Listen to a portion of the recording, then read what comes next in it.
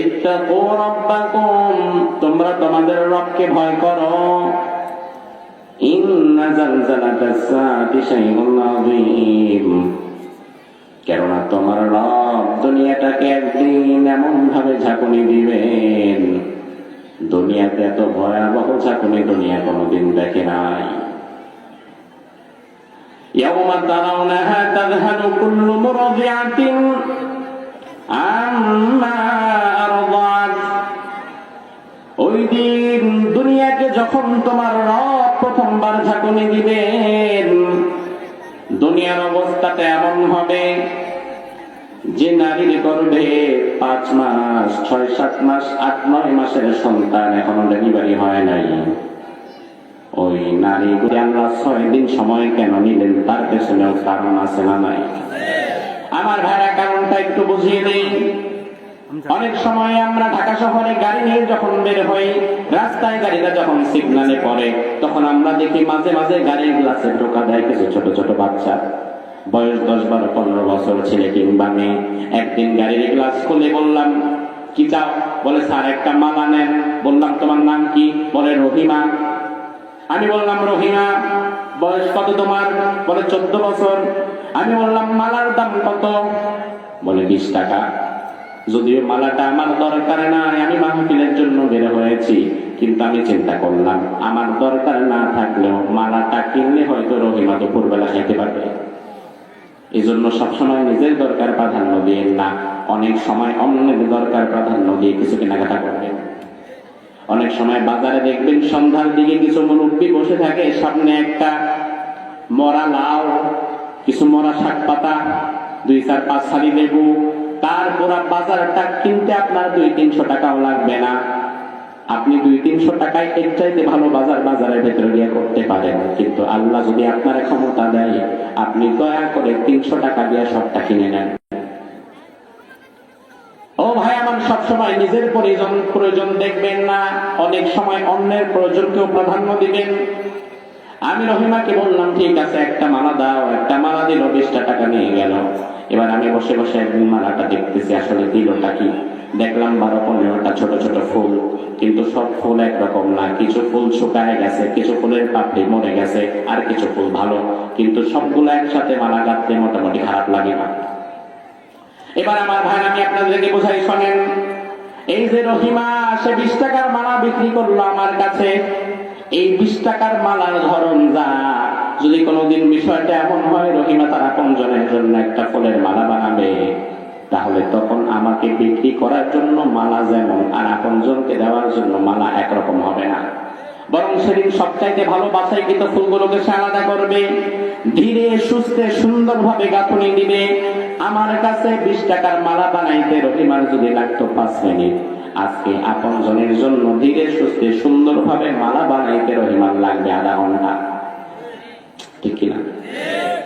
আল্লাহ তাআলা তো বললেই হয়ে যেত আকাশ হও, জমিন হও, পাহাড় হও, সাগর হও, কিন্তু আল্লাহ সময় নিলেন, ভেবে চিনতে ধীরে সুস্থে 6 দিন সময় নিলেন।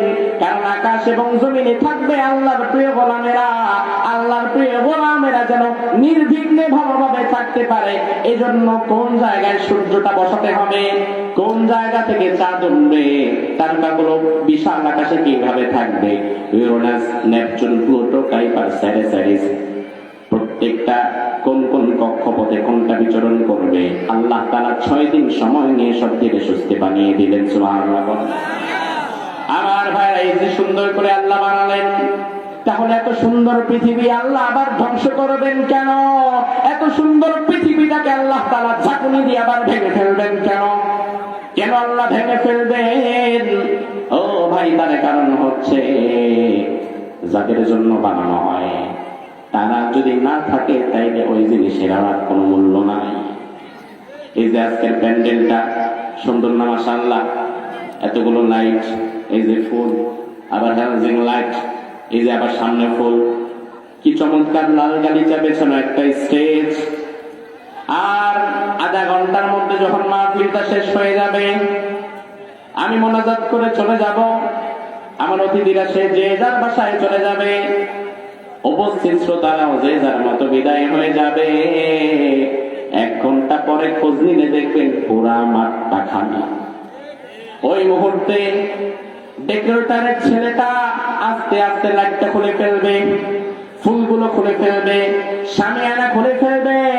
আপনি যদি বলেন ভাই কি করেন পাগল হয়ে গেছেন নাকি, খুলেন কেন? সুন্দর লাগতেছিল পরিবেশটা, সুন্দর পরিবেশটা আপনি খুলছেন কেন? ফুলগুলো কেন সরাচ্ছেন? লাইটগুলো কেন বন্ধ করছেন? এত সুন্দর শামিয়ানা কেন সরিয়ে দিচ্ছেন? তখন ডেকোরেটরের ছেলেটা বলবে, ভাই রে, যাদের জন্য আয়োজন করেছিলাম ওই মেহমানেরা যেহেতু নাই, এত সুন্দর প্যান্ডেল দেখেও আর আমার কোনো লাভ না। আল্লাহ তাআলা আকাশ এবং জমিন বানিয়েছেন ঈমানদারদের জন্য। এজন্য দুনিয়া টিকে থাকবে ততদিন, ঈমানদার থাকবে যতদিন। ঈমানদার যেদিন থাকবে না, সেদিন আকাশ এবং জমিনকেও আল্লাহ রাখবেন না। তাইলে আমার ভাইরা জবাব দেন, আকাশ এবং জমিন টিকে আছে ডোনাল্ড ট্রাম্পের জন্য? কথা হয় ভ্লাদিমির পুতিনের জন্য, নরেন্দ্র মোদীর জন্য? আকাশ এবং জমিন টিকে আছে ইউনূসের জন্য? আকাশ এবং জমিন টিকে আছে ঈমানদারের জন্য। জোরে কোন কার জন্য? আরো জোরে কোন কার জন্য? আল্লাহর হাবিব কি বলেন এবার দেখেন। আল্লাহর হাবিব বলেন, লা তাকুমুস সাআহ হাত্তা লা ইউকালা ফিল আরদি আল্লাহ আল্লাহ। আল্লাহ জমিন আল্লাহ ততদিন ধ্বংস করবে না যতদিন না পর্যন্ত একজন বান্দা আল্লাহকে আল্লাহ আল্লাহ বলে ডাকতে থাকবে। সুবহানাল্লাহ। বাসে আপনার অবাক লাগে না মিয়া?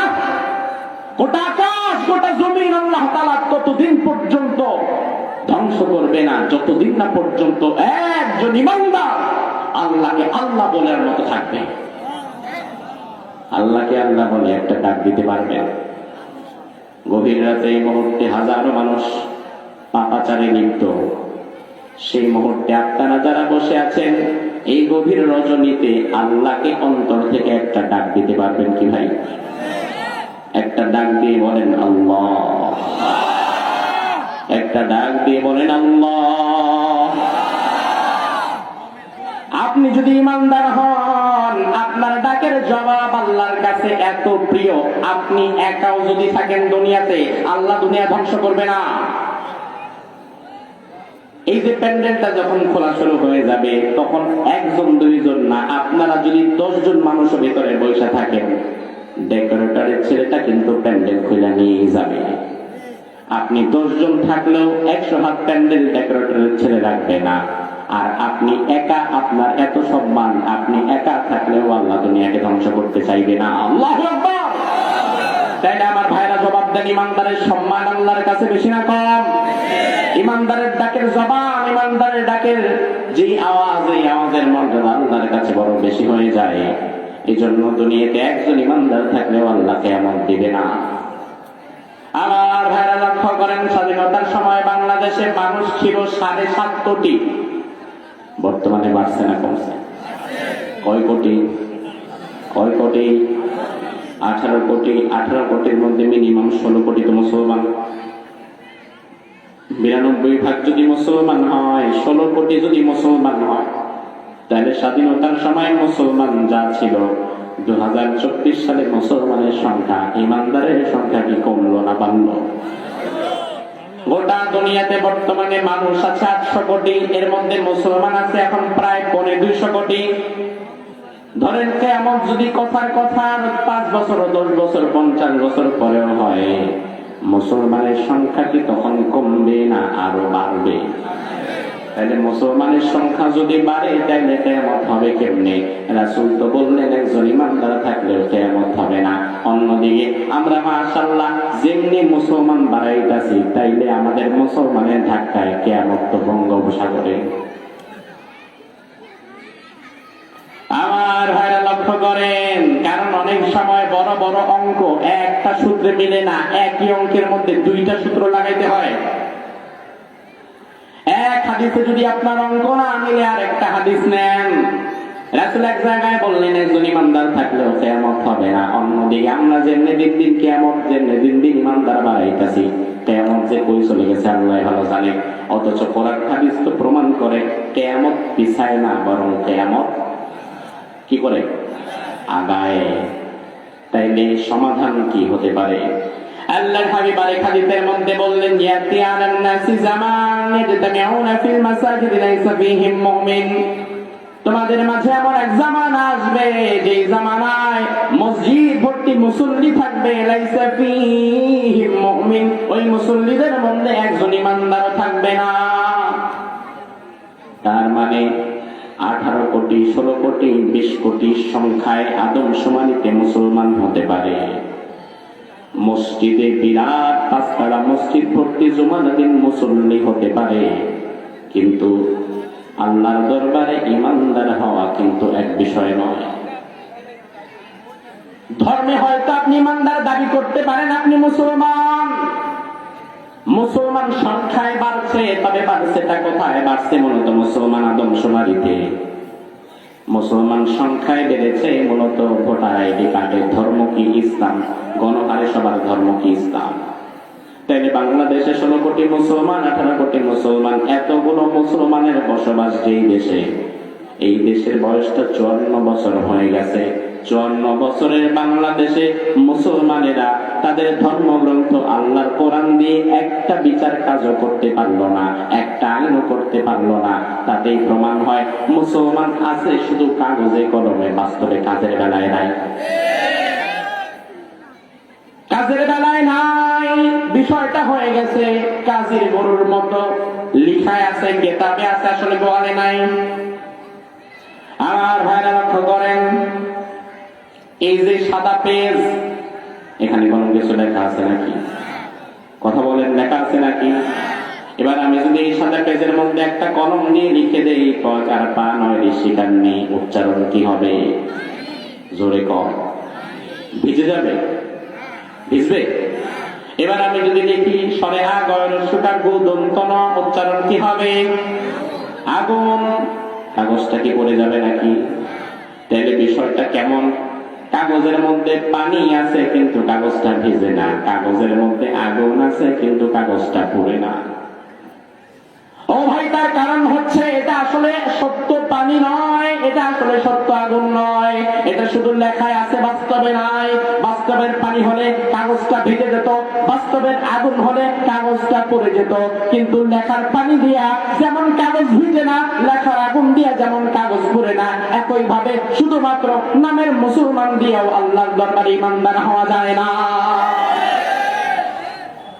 আপনি শুধু আছেন নামে, কামে নাই।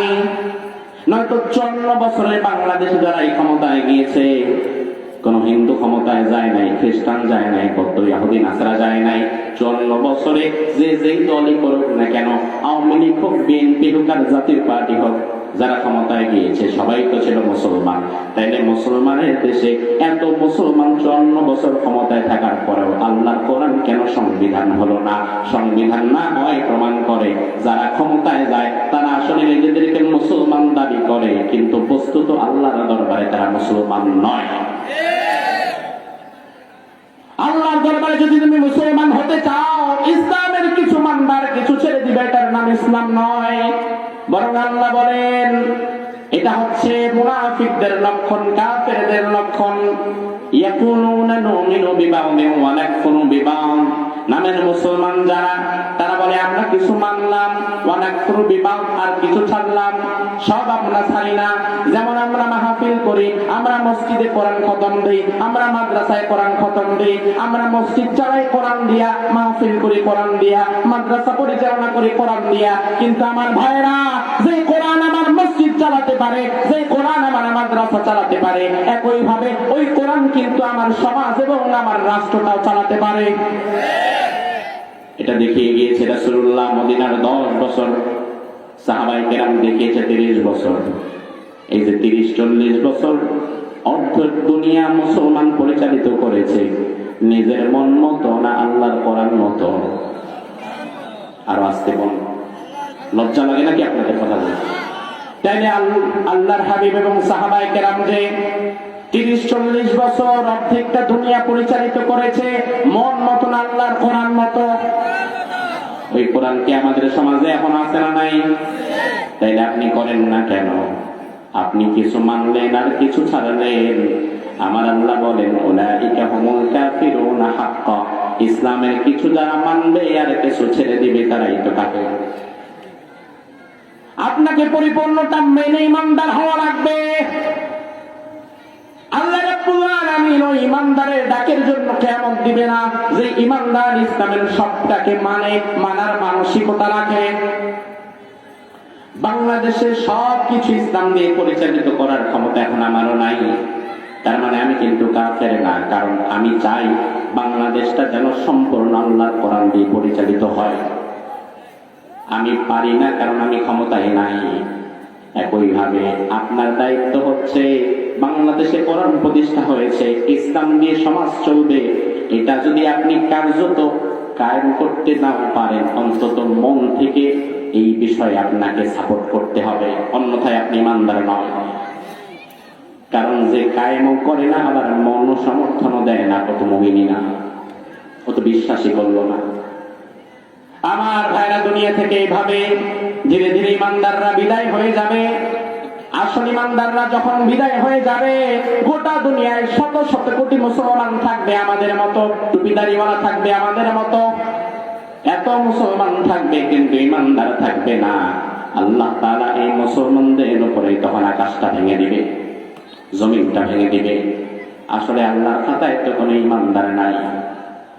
ইমানদার সারা দুনিয়ার ইমানদার কমতে কমতে একেবারে শূন্যের কোঠায় চলে আসবে। গোটা পৃথিবী ব্যাপী যখন অল্প কিছু ইমানদার ছড়িয়ে ছিটিয়ে থাকবে, রাসূলুল্লাহ বললেন ইন্নাল্লাহা ইয়াবাতু রিহাম মিনাল ইয়ামান আলজানা মিনাল হারির, আল্লাহ তাআলা তখন ইয়ামান দেশ থেকে একটা মৃদু বাতাস পাঠাবেন।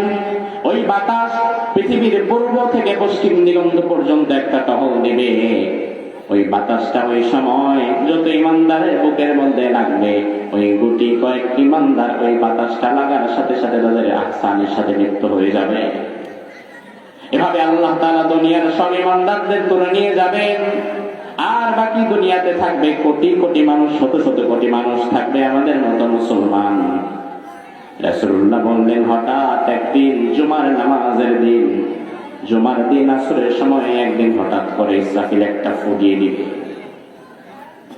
আপনি মনে করেন কিয়ামত 1000 বছর পরে, 100 বছর পরে আমি পাবো না, কিন্তু রাসূল বললেন কিয়ামত এমন সময় হবে দুনিয়ার কেউ কল্পনাও করতে পারবে না যে আজকে কিয়ামত। মা ইয়ানজুরুনা ইল্লা সাইহাতান ওয়াহিদাতান তাখুযুহুম ওয়া হুম ইয়াখসিমুন, মানুষেরা বাকবিতন্ডায় বাজারে কেনা বেচা নিয়ে ব্যস্ত থাকবে, কিয়ামত যে কিভাবে হবে কেউ টেরও পাবে না। আল্লাহর হাবিব বললেন, একজন ব্যক্তি ভাত মাখাচ্ছে, ভাত মাখায়া লোকমা তুলবে মুখের মধ্যে, ভাতটা মাখায়া মুখের মধ্যে লোকমা তোলার আগেই দেখবে কিয়ামত শুরু হয়ে গেছে। একজন ব্যক্তি বাজারে সদাই পাতি কেনার পরে পকেটের মধ্যে হাত ঢোকাবে টাকা বের করার জন্য, পকেটে হাত ঢোকায়া টাকা বের করার আগেই দেখবে কিয়ামত হয়ে গেছে। কিয়ামতটা সহজ ভাবে হবে না। আল্লাহর হাবিব বললেন, কিয়ামতের জন্য যে ফেরেশতাকে আল্লাহ দায়িত্ব দিয়েছেন তার নাম হচ্ছে ইসরাফিল। তার নাম কি?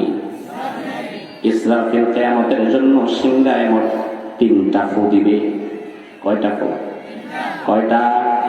3টা ফু দিবে।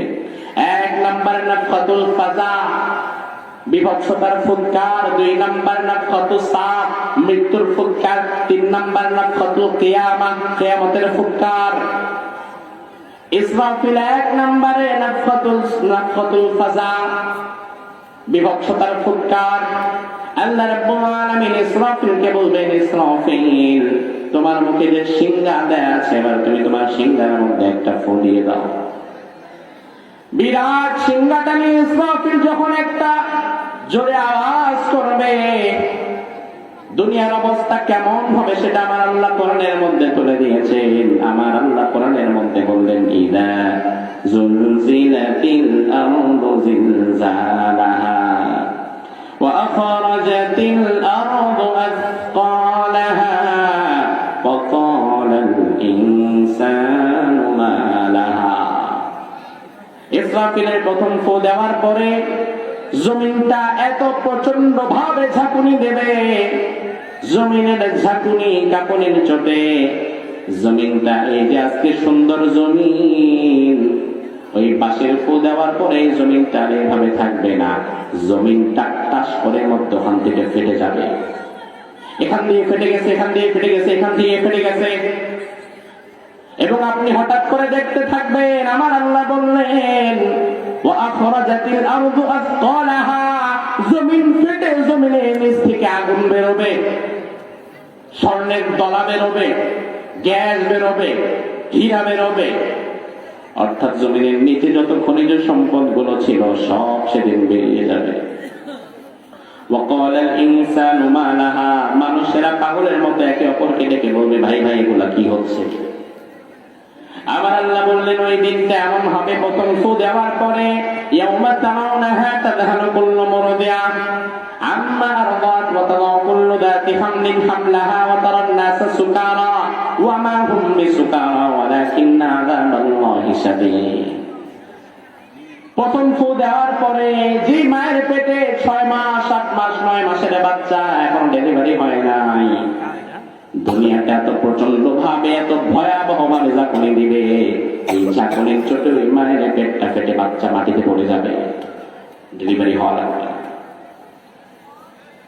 স্তন্যদাত্রীমা, ওই মা তার বাচ্চাটাকে ফেলে দৌড় দিবে আরেকদিকে, মানুষেরা পাগলের মতো মাতালের মতো দৌড়াতে থাকবে। আমার আল্লাহ আয়াতের মধ্যে বললেন فكيف تتقون إن كفرتم يوما يجعل الولدان شيبا, ওই দিনকে অস্বীকার করে কেমনে তোমরা মুত্তাকি হবা, যেই দিন ইসরাফিলের প্রথম সিংহায় ফু দেওয়ার পরে ভয়ে আতঙ্কে ছোট ছোট বাচ্চারা চুলগুলো পেকে তারা 80 বছরের বুড়া হয়ে যাবে। ছোট বাচ্চার মাথার চুল এক ফুয়ে পেকে যাবে, ভয়ে সবাই থরথর করে কাঁপবে আর দৌড়াবে, একে অপরকে বলবে হায় হায় আমাদের কি হলো, আমাদের বাঁচাবে কে? এরপরে আল্লাহ বলবেন ইসরাফিল বাস এবার 2 নাম্বার ফু দিয়ে দাও। 2 নাম্বার ফুটা হবে মৃত্যুর ফুটা। এবার ইসরাফিল সিংহাটা নিয়ে 2 নাম্বার ফু দিচ্ছে। আল্লাহ রাব্বুল আলামিন কোরআনের মধ্যে সেটা তুলে দিলেন, ওয়া নুফিখা ফিস সূরি ফাসাইকা মান ফিস সামাওয়াতি ওয়া মান ফিল আরদি ইল্লা মান শাআল্লাহ। দ্বিতীয় ফুৎকার যখন দিবে সব শেষ, একাকার মেসাকার হয়ে যাবে। দ্বিতীয় ফুৎকার দেওয়ার পরে কি হবে সেটা আল্লাহর এক সূরার মধ্যে বললেন, ইদাস সামাউ ফাতারাত ওয়া ইদাল কাওয়াকিবু তাসারাত ওয়া ইদাল বিহারু ফুজ্জিরাত। ইদাস সামাউ ফাতারাত, আসমান বিদীর্ণ হয়ে যাবে। ও ভাইরা আমার, প্রথম ফুৎকারের পরে ভাঙবে জমিন, তখন আসমান ভাঙবে না। আর দ্বিতীয় ফুৎকারের পরে এবার আসমান ভাঙ্গা শুরু হবে। জমিন ভাঙ্গার চাইতে আসমান ভাঙ্গা আরো ভয়াবহ। কারণ এই যে চাঁদ, সূর্য, গ্রহ, নক্ষত্র, Uranus, Neptune, Pluto, Kuiper, Ceres, স্যারিস, এগুলো সব জমিনের সাথে কানেক্টেড না, এগুলো আসমানের সাথে কানেক্টেড। একটা তসবি 100 দানার তসবি একটি সুতা দিয়ে যেমন ধরে রাখা হয়, গ্রহ, উপগ্রহ, ইউরেনাস, নেপচুন, সূর্য সহকারে এগুলোকে আল্লাহ তাআলা আসমান দিয়ে সব ধরে রেখেছে। আসমানটা যেদিন ভেঙে যাবে সেদিন সব একাকার করে টাস টাস করে মাটির নিচে পড়বে, মাটির দিকে পড়বে। তখন কিন্তু আমরা মরি নাই, আসমানটা ভাঙছে, এবার পড়তেছে, এবার আর বাঁচা নাই। আপনি পাগল হয়ে যাবেন সেদিন। প্রথম আপনি দেখলেন জমিন ভেঙে গেছে, এরপরে যখন দেখলেন আসমান ফেটে গেছে, আমার আল্লাহ বললেন ওয়া ইদাল কাওয়াকিবু তাসারাত, আসমানের গ্রহ নক্ষত্রগুলো নিচের দিকে একটা একটা করে পড়তে থাকবে। ও ভাই আমার, একটু হিসাবটা মিলান। দুনিয়া ধ্বংসের জন্য সব নক্ষত্রগুলোর মাটির মধ্যে পড়া দরকার নাই, শুধু সূর্য নামক নক্ষত্রটা যখন পড়বে তার জায়গায় তো পৃথিবীতে নাই। কারণ আমাদের পৃথিবীর চাইতে আয়তনের দিক থেকে সূর্যের আয়তন ছোট না বড়? জানেন কয় লক্ষ গুণ বড়? 13 লক্ষ গুণ বড়। ও ও ভাই আমার একটু বিবেক দিয়ে ভাবেন, 13 লক্ষ গুণ বড় একটা জিনিস 13 লক্ষ গুণ ছোট একটা জিনিসের উপরে আসতে পড়তেছে। আয়তনের দিক থেকে সূর্যটা এত বড়, এর উপরে ওই সূর্যের তাপমাত্রা যেটা সহ্য করার মতো না। এই ভয়াবহ সূর্য যখন আমাদের উপরে পড়বে তখন সব আমরা একাকার মেসাকার হয়ে যাব। শুধু সূর্যটা পড়বে এমন নয়, বিজ্ঞান বলেছে আসমানের মধ্যে সূর্যের চাইতে কোটি গুণ বড় নক্ষত্রের সংখ্যা আরো কোটি কোটি, সব পড়বে। বাঁচতে পারবো না, আমরা বিভৎসতার মধ্য দিয়ে মরে যাব। তবে আমার আল্লাহ বললেন ওই দিনও আল্লাহ যাদের রেখে যান তাদের বাঁচায় রাখবে। তাফসীরের মধ্যে এসেছে দ্বিতীয় ফুৎকারের পরেও আল্লাহ 12 জনকে বাঁচায় রাখবে। কয়জন? এই 12 জন কারা? তাফসীরের মধ্যে এসেছে তারা হচ্ছে আরশ বহনকারী 8 জন ফেরেশতা আর আল্লাহর বড় বড় 4 জন ফেরেশতা। এই 12 জন। এবার আল্লাহ মালাকুল মউত রে বলবে আরশ বহনকারী 8 জন ফেরেশতাকে জান নিয়ে নাও। আরশ বহনকারী 8 জন ফেরেশতার জান নিয়ে নেওয়া হবে। এবার আল্লাহ বলবে যাও ইসরাফিলের জানটা নিয়ে নাও। ইসরাফিলের জান নেওয়া হবে। যাও মিকাইলের জান নিয়ে নাও। মিকাইলেরটা নেওয়া হবে। যাও জিবরিলের জানটাও নিয়ে নাও। জিবরিলের জান নেওয়া হয়ে যাবে। এবার আল্লাহ বলবেন মালাকুল মউত এখন আর কে বাকি আছে? মালাকুল মউত বলবে আল্লাহ বাকি আছেন আপনি, আপনার তো কোনো মৃত্যু নাই আর আমি আছি। আল্লাহ বলবে মালাকুল মউত আমার মৃত্যু নাই কিন্তু তোমার তো আছে, তুমি মরে যাও। মালাকুল মউত সেদিন মৃত্যুর জন্য প্রথম চেষ্টা করবে, নিজের আঙ্গুলগুলো কলিজার মধ্যে ঢুকায় দিবে, কলিজা টেনে বের করতে চাইবে কিন্তু মৃত্যু হবে না। জিহ্বাটা টান দিয়ে লম্বা করে ফেলবে, মৃত্যুর যন্ত্রণায় মালাকুল মউত সেদিন ছটফট করতে থাকবে কিন্তু মৃত্যু হবে না। মালাকুল মউত সেদিন আল্লাহরে বলবে আল্লাহ মৃত্যুর যন্ত্রণা যে এত বেশি, যদি কোনোদিন আমি জানতাম এত ভয়াবহ দায়িত্ব আমি নিতাম না। আল্লাহ বলবে মুখিয়া মালাকুল মউত, মালাকুল মউত তুই মরে যা। আল্লাহরে অর্ডার দেওয়ার পরে মালাকুল মউতের জান বের হয়ে যাবে। এবার আমার ভাইরা জবাব দেন, আকাশে জমিনে ভেতরে বাহিরে আর কেউ জীবিত আছে না? কথা হয় না, কিন্তু আছেন একজন, তিনি কে? জোরে বলেন তিনি কে? আমার আল্লাহ বললেন কুল্লু মান আলাইহা ফান ওয়া ইয়াবকা ওয়াজহু রাব্বিকা যুল জালালি ওয়াল ইকরাম ফাবিআইয়ি আলা'i রাব্বিকুমা তুকাযযিবান। সব ধ্বংস হয়ে যাবে, সব শেষ হয়ে যাবে, কেউ বাকি থাকবে না, শুধু বাকি থাকবেন একজন, তিনি কে? তাফসীরে জালালাইন প্রণেতা বলেন বাইনান নাফখাতাইনি 40 সানা, 2 ফুৎকারের মাঝে এবার আল্লাহ 40 বছরের একটা গ্যাপ রাখবে। আমার ভাইরা কিয়ামতের জন্য কিন্তু ইসরাফিলের সিংহায় ফু দেওয়ার কথা ছিল কয়টা? ভুলে গেছে কয়টা? কিন্তু দিছে কয়টা? তার মানে বাকি আছে আরেকটা। এবার 3 নাম্বার ফু আর 2 নাম্বার ফু এর মধ্যে আল্লাহ 40 বছর একা থাকবে। এই 40 বছর আর কোথাও কেউ নাই। এবার 40 বছর পর আমার আল্লাহ আবার সবার আগে ইসরাফিলকে দাঁড় করাবেন, জীবিত করবেন। জীবিত করে এবার আল্লাহ বলবেন ইসরাফিল এবার তুমি তোমার সিংহাটা ধরে 3 নাম্বার ফু দিয়ে আসল খেলা শুরু করে দাও। এবার ইসরাফিল 3 নাম্বার ফু যখন দিবে তুম্মা নুফিখা ফীহি উখরা ফাইদা হুম কিয়ামুন ইয়ানজুরুন। পৃথিবীর শুরু থেকে শেষ পর্যন্ত যত মাখলুকাত মারা গিয়েছিল, যত মানুষ, যত জিন মরে গিয়েছিল, সব আবার জীবিত হয়ে একত্রিত হয়ে আল্লাহর দরবারে দাঁড়িয়ে যাবে। যে জায়গার মধ্যে দাঁড়িয়ে যাবে সমবেত হবে ওটাই কিয়ামতের ময়দান। কিয়ামত মানে হচ্ছে দাঁড়িয়ে যাওয়া। 3 নাম্বার ফুর পরে সব মৃতরা আবার দাঁড়িয়ে আল্লাহর দরবারে দাঁড়িয়ে যাবে, আমলনামার হিসাব শুরু হয়ে যাবে। আমার ভাইরা কিয়ামতটা খুব ভয়াবহ হবে। কবে হবে, কখন হবে, কার উপরে হবে সেটা আমরা জানি না, কিন্তু কিয়ামত যাদের উপরে হবে তারা কিন্তু রহমত প্রাপ্ত না, তারা লানত প্রাপ্ত হবে। এই জন্য আমরা চাই অন্তত আমাদের উপর যেন কিয়ামত না পড়ে। এই জন্য যেই বিষয়গুলো ঘটলে সমাজে কিয়ামতে গিয়ে আসে, ওই বিষয়গুলো থেকে আমাদের নিজেদেরকে বাঁচিয়ে রাখার দরকার আছে না নাই? কিয়ামতের কঠিন ময়দানে আমরা যেন আল্লাহর দরবারে রহমত নিয়ে দাঁড়াতে পারি, এজন্য দুনিয়াতে ইসলামী অনুশাসন অনুসরণ করে কোরআন এবং সুন্নাহ আঁকড়ে ধরে আমাদের বেঁচে থাকার দরকার আছে না নাই? আল্লাহ সুবহানাহু ওয়া তাআলা আমাদেরকে ক্ষমা করে দিক, আমাদের আমলগুলো আল্লাহ তাআলা কবুল করুক, আল্লাহ তাআলা আমাদেরকে রহমতপ্রাপ্ত বান্দাদের কাতারে শামিল করুক। আমরা বলি আমিন।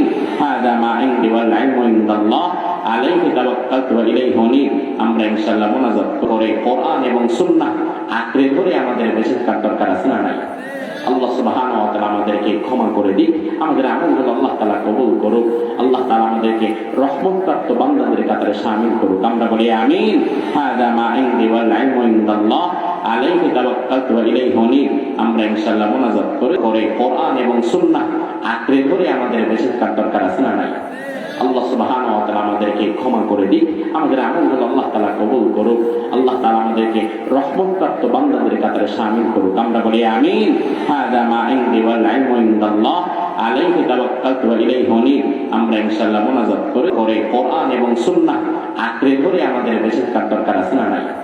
আল্লাহ সুবহানাহু ওয়া তাআলা আমাদেরকে ক্ষমা করে দিক, আমাদের আমলগুলো আল্লাহ তাআলা কবুল করুক, আল্লাহ তাআলা আমাদেরকে রহমতপ্রাপ্ত বান্দাদের কাতারে শামিল করুক। আমরা বলি আমিন।